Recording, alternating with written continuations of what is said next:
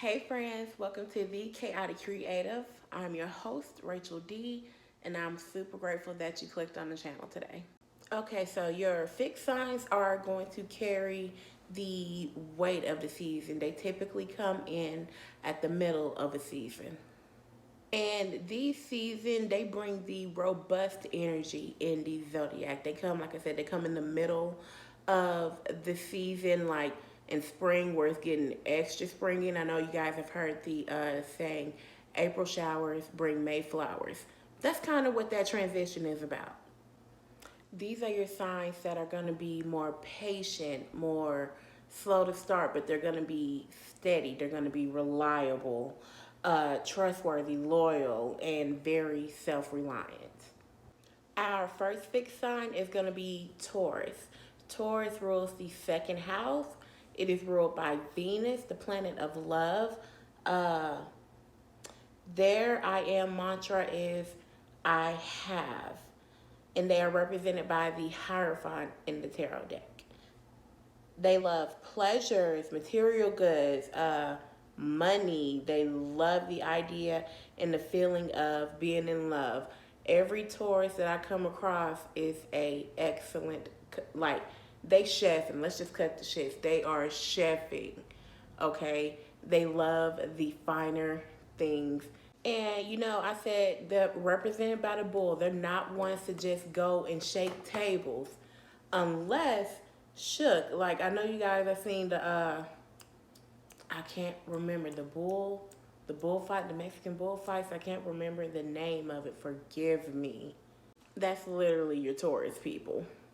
These are going to be like your most solid people, friends, family, associates, and they are excellent workers.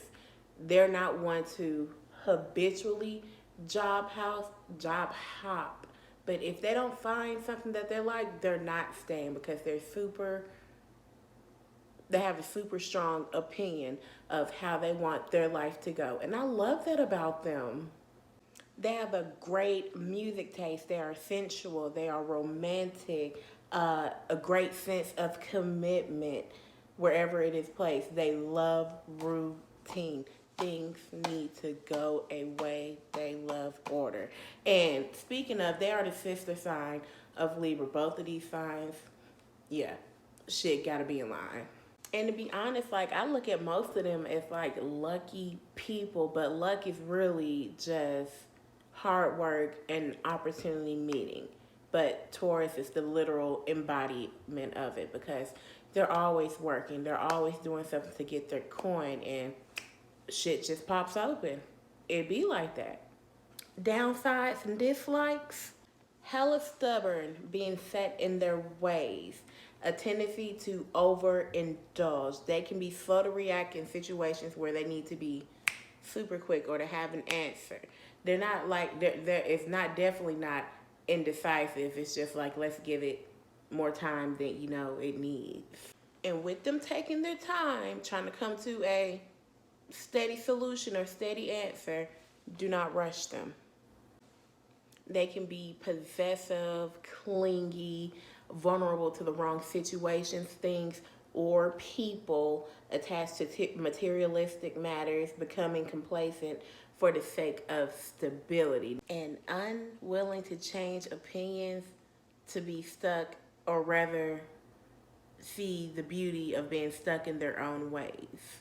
Upsides and likes: they are able to sustain. They see the beauty in any and everything, even the sick. They're able to, retain lessons learned from the past. What else we got? Able to stabilize the most chaotic of situations. When I tell you, them motherfuckers, I got a cousin, Taurus. If she can be the middleman in anything to keep shit from blowing up, she's in there. She's definitely gonna try and close it down. Love being gifted again, and they give the best gift. Also, they look the fuck good in everything. I've never seen a Taurus that wasn't in the latest, and even if they weren't in the latest, they just look good. They know how to put a piece together with anything. They are your fashionistas and your fashionista Negro. And they also rule over the lymphatic systems.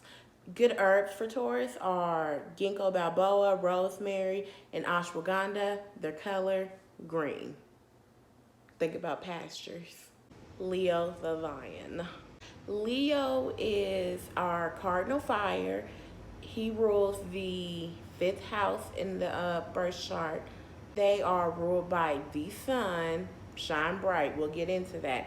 They are represented by the strength card in tarot.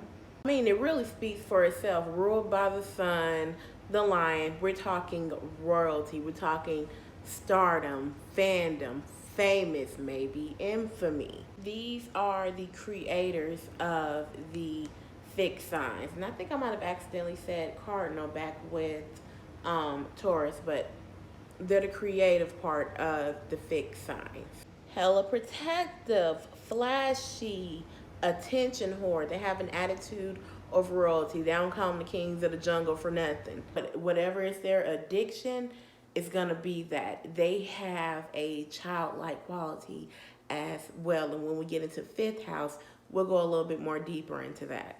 They are here to make an impression. And you know, Leo season is in the summer, in the middle of summer. The sun is at its highest point in the sky on July 23rd. And like, they're fixed, but they are so carefree. Think about like all the parties and kids going on school vacation for the summer, and the kickbacks, the traveling and stuff. That is all Leo-centered behavior. Super ambitious when they have a goal, like the lion in the jungle. Okay, they're going for it. They are definitely they want to be somebody's daddy. They want to be someone's daddy.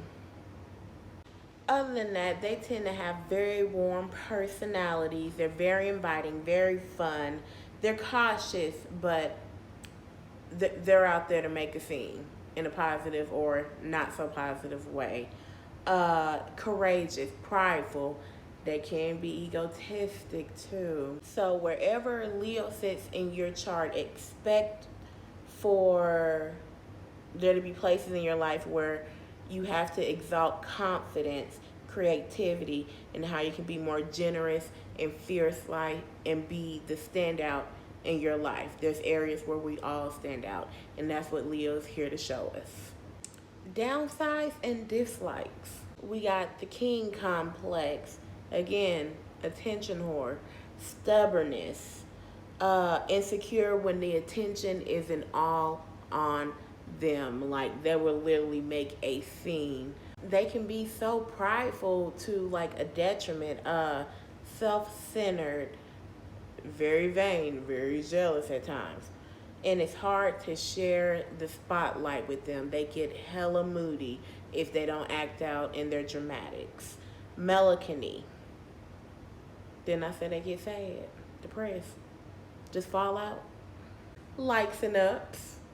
They are huge fans of admiral praise and recognition. Matter of fact, here's a story. I have a Leo son. He's my oldest.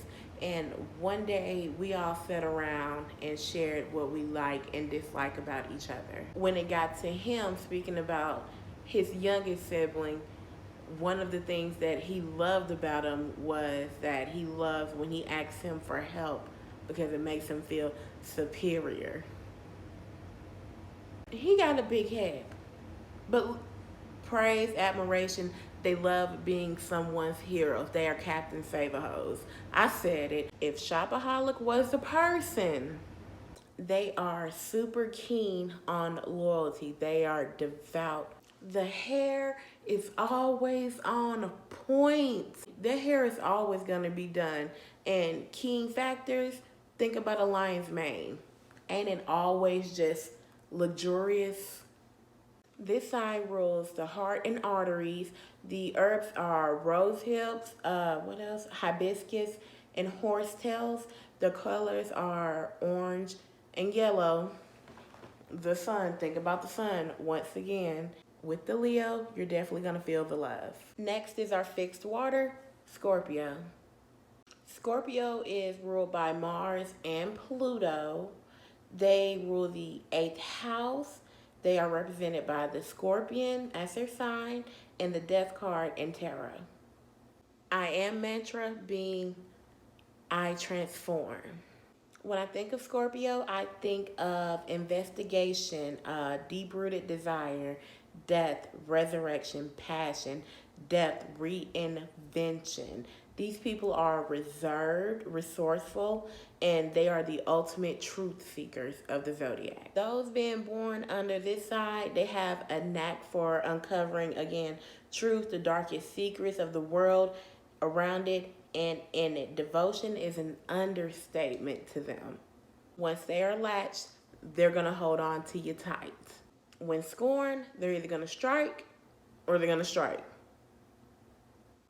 Righteously, they might be the most domineering of the signs, being ruled by Pluto.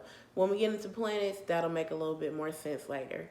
But for now, let's just call them the Grand Destruction and the Grand Builder. They are mysterious. They are interested in things that involve investigating, crime shows, or if you want to go deeper into it, mortuary. I know someone like that. I have a sibling like that. At one point she was in. I wish she would go back for it, but she's not interested in it anymore. It also rules sex, and sex is an important part of them because sometimes it's a way of expressing themselves. Expect for areas of your life to be turned upside down for the good or the better. For self-discovery wherever it's placed, things that turn you on, things that make you want to fight or fuck. Likes and dislikes. We have rigid thinking, old beef, obsessive to a serious detriment. Like any planet where Scorpio is placed, hope there's not a square or anything because, yeah, it's going to give like stalker tendency. Intense outbursts. They hate superficial people. They're going to find out. Even if it kills them, they are the ones where the saying curiosity killed the cat. They were talking about Scorps. Hella stubborn, dramatic, controlling, cruel. They have controversy for breakfast. Holding grudges, bullying, high-key jealousy. They are able to transmute any energy, whether good or bad. They are hella observant, best researchers. They are willing to go down the road that no one is willing to. They are artistic. They are hella receptive. They are in-depth. They love in-depth conversations. Anything that makes you think, they're with it. Bold. They are the regenerator archetype. They are themselves over and over and over again. And what I mean by over and over again, their planet, again, Pluto, is all about transformation and regeneration. I like to call them the phoenix.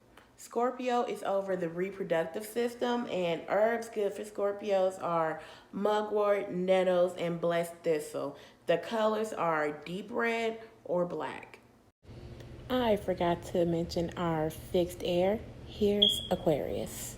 Aquarius is ruled by Uranus and Saturn. It rules the 11th house. Their mantra is, I know. They are the water bearer. Now, not to get confused as a water sign. Aquarius is an air sign. But here's the trick about them. They represent the star card in the tarot deck. Not to be confused with a water sign, they are the water bearer, but they're an air sign. And that's the thing about Aquarius. They're the innovators. They are the rebel of the zodiac. I'm a water bearer, but I'm an air sign. That's what I get out of that. They are thought-provoking and playful. They are known for their outward way of thinking. They are loved, and they are mostly labeled as the weirdos of the zodiac. I can relate. Expect to see where you are the rebel in your own life, where you break free from unorthodox views and people's own conditionings, and where you are most progressive in your own views, where you are big and where your philosophical views are and where you are the ultimate rebellion. They can give like an I don't give a fuck attitude. They find people with inferior intellect humorous and they will use it against them. Keen judges of character. Do not try to lie to these folks. They smell it. They literally smell it. They need freedom so much that it can be a detriment or go against the wrong things. They have the harshest tongue of the zodiac. They can be hella disruptive. They can have a tendency to feel like an outcast. They can be changeable. They hate closed-minded people. I feel that though. And they can have a lack of emotional empathy, intelligence, and righteously emotional expression. Very open-minded, radical thinking. They're the rerouters, the inventor archetype. The truth. If Scorpio is the truth seeker, Aquarius is the truth unfolder. They are very optimistic. They're compassionate. They are visionaries. They're the originators. They are the abstract artists. They are here for necessary destruction for the better model and the better place. Aquarius rules the circulatory system, the shins, and the calves. Herbs for them are motherwort, lemon balm, and passion flower.